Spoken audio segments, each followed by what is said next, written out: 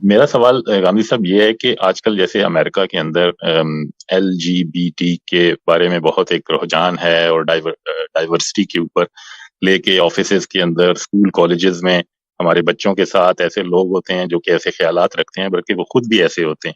تو ایسی صورتحال میں ہمیں بحیثیت مسلمان اپنے بچوں کو، خود کو، اس میں کیا رویہ رکھنا چاہیے ان لوگوں کے ساتھ؟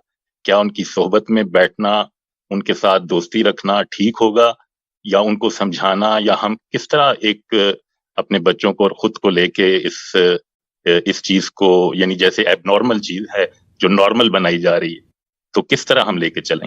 بہت شکریہ آصف صاحب.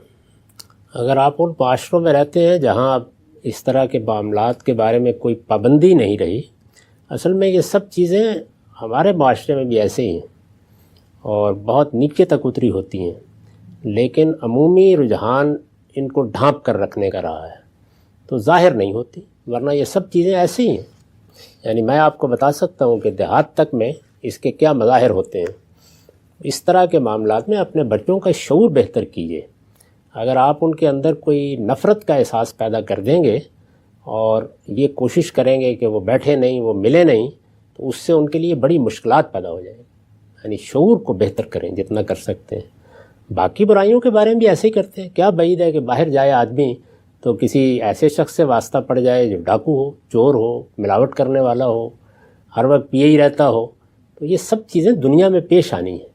تو ان چیزوں کو بھی اسی طرح لینا چاہیے. یعنی میں آپ کو عرض کرتا ہوں کہ آپ یہ بات یہاں کرتے ہیں تو لگتا ہے کہ کوئی بڑی نئی دنیا وجود میں آ گئی ہے. ہمارے دیہات میں، جس کو ہمارے ہاں عربی زبان میں وطی بہائم کہتے ہیں، یعنی جانوروں سے جنسی تسکین حاصل کرنا، اس کے شواہد ہر گاؤں، ہر بستی میں روز بکھرے ہوئے ہوتے ہیں. تو مجھے یہ بتائیے کہ ویسے تو کتنی کراہت ہوتی ہے اس احساس کے ساتھ، لیکن پھر کیا کریں گے؟ آپ بچوں کو باہر نکلنے سے روک دیں گے. اور وہاں دیہات میں بھی بچے جاتے ہیں، جانوروں کو چرانے کے لیے جاتے ہیں، وہاں بڑے لڑکے بھی ہوتے ہیں. تو روز اس طرح کے مسائل پیش آتے رہتے ہیں. بس شعور کے علاوہ اور کوئی راستہ نہیں ہے بس. تو سوسائٹی اگر آپ کی مدد کرتی ہے تو اس میں سہولت ہو جاتی ہے.